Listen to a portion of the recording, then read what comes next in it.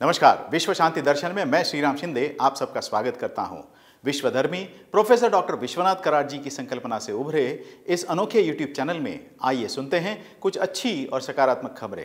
आइए शुरू करते हैं आज की सुर्खियों के साथ। जलवायु परिवर्तन क्षेत्र में महिलाएं, पुराने अखबारों से बनती हैं गुड़ियां, मां और बच्चा दोनों की सुरक्षा, डूबने से बचाने वाला रिस्टबैंड, बचाई गई 15वीं सदी की कला। चेन्नई की महिलाएं जलवायु परिवर्तन का समाधान ढूंढेंगी। आइए सुनते हैं पूरी खबर। चेन्नई की लगभग 18 महिलाएं ठोस अपशिष्ट प्रबंधन से लेकर विभिन्न क्षेत्रों में जलवायु परिवर्तन से उत्पन्न समाधान लेकर आई हैं। ये हाल ही में शहरों के नेटवर्क और तमिलनाडु ग्रीन क्लाइमेट कंपनी की जलवायु पहल के लिए अपनी परियोजनाओं पर चर्चा करने और सहयोग करने के लिए इकट्ठा हुई थी। उन्हें 10 महीने में मेंटरिंग प्रोग्राम के लिए एक इंटरव्यू के आधार पर चुना गया था, जिसमें प्रत्येक एक नया उपक्रम लेकर आएगा। उनके पास सलाहकार होंगे जो विशेषज्ञ, शिक्षाविद और शोधकर्ता हैं, जो उनका मार्गदर्शन और सहायता करेंगे। अपने हुनर के दम पे राधिका पुराने अखबारों से गुड़िया बनाती है और हजारों कमा लेती हैं। कोयम्बटूर में रहने वाली राधिका के लिए पुराने अखबारों से बनी गुड़िया उनकी पहचान बनाने का जरिया बन गई थी। राधिका को बचपन से ही हड्डियों की दुर्लभ बीमारी है, जिसकी वजह से वह बाहर आ जा नहीं सकती हैं। बीमारी की वजह से वह काफी मानसिक तनाव में भी रही। उसी तनाव और निराशा से स्वयं को बाहर निकालने के लिए उन्होंने कला का सहारा लिया। सालों के अभ्यास ने उनके हुनर को इस कदर निखार दिया कि वह 20 वर्ष की उम्र में खुद कमा रही हैं। राधिका अपने पुराने अखबारों से बनी गुड़िया के लिए बहुत ही मशहूर है। वह पुराने अखबारों से तरह तरह की गुड़िया बनाती हैं और समाज माध्यमों पर साझा करती है। राधिका ने अपनी कमजोरी को पीछे रखकर अपने हौसले से अपनी पहचान बनाने पर काम किया। उनका यही हौसला और हिम्मत आज उन्हें सम्मान भी दिला रही है। माँ और बच्चे को प्रसव के दौरान सुरक्षित रखता है ये उपकरण। आइए देखते हैं।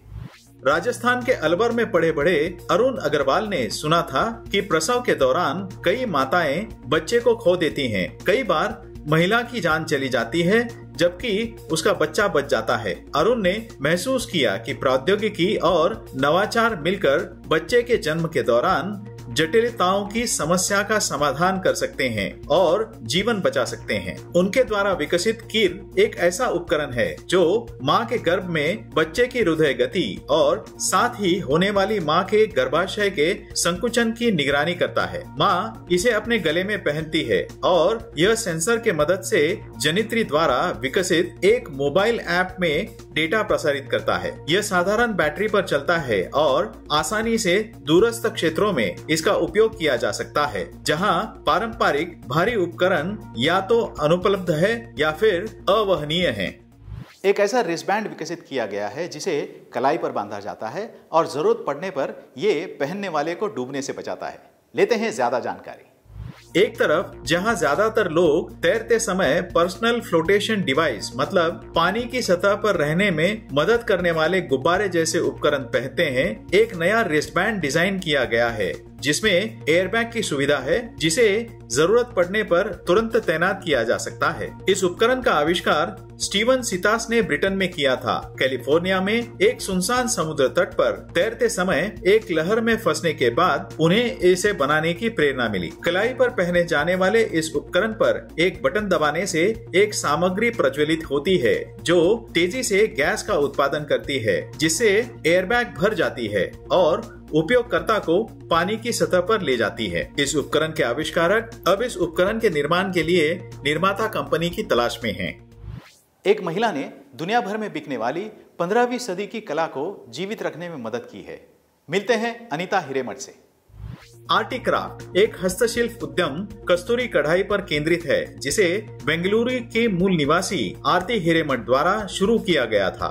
आरती के उद्यम की कहानी 1989 की है, जब उन्होंने कर्नाटक के धारवाड़ में अपने उद्यम की यात्रा की नींव रखी थी। आज कसूती कढ़ाई के लुप्त हो चुके शिल्प को पुनर्जीवित कर रहा है, जिसका अपना एक सुंदर इतिहास है। ऐसा माना जाता है कि कसूती कढ़ाई चालुका वंश के शासनकाल के दौरान 15वीं शताब्दी के आसपास उत्पन्न हुई थी और इसे केवल कर्नाटक में महिलाओं द्वारा बनाया गया था। वे अपने परिधानों को एक खास कढ़ाई से सजाती थीं और इनमें से कुछ रूपांकन रंगोली से भी प्रेरित थे।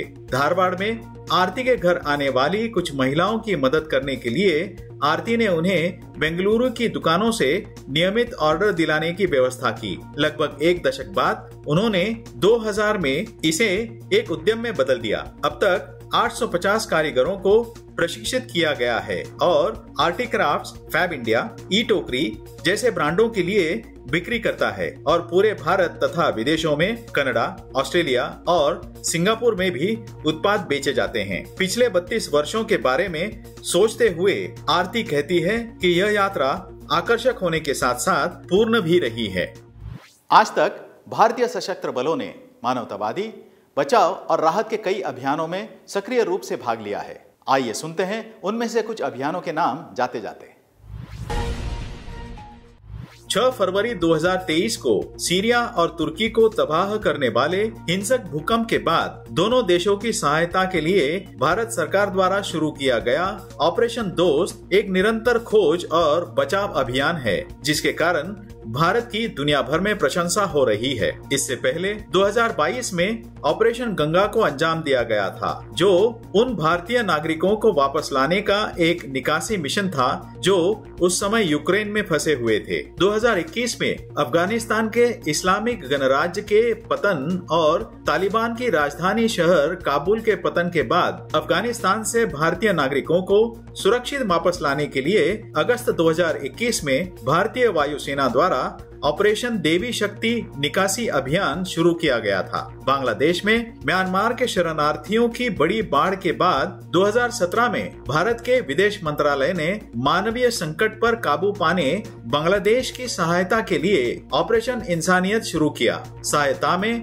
वे सभी बुनियादी वस्तुएं शामिल थी जिनकी संकटग्रस्त लोगों को तत्काल आवश्यकता थी। दक्षिण सुदानी गृह युद्ध के दौरान भारतीय वायुसेना ने दक्षिण सुदान से भारतीय नागरिकों को और अन्य विदेशी नागरिकों को निकालने के लिए ऑपरेशन संकट मोचन चलाया था। यह ऑपरेशन 2016 के संघर्ष के जवाब में किया गया था। 2015 में यमनी सरकार और हौथी विद्रोहियों के बीच संघर्ष छिड़ गया।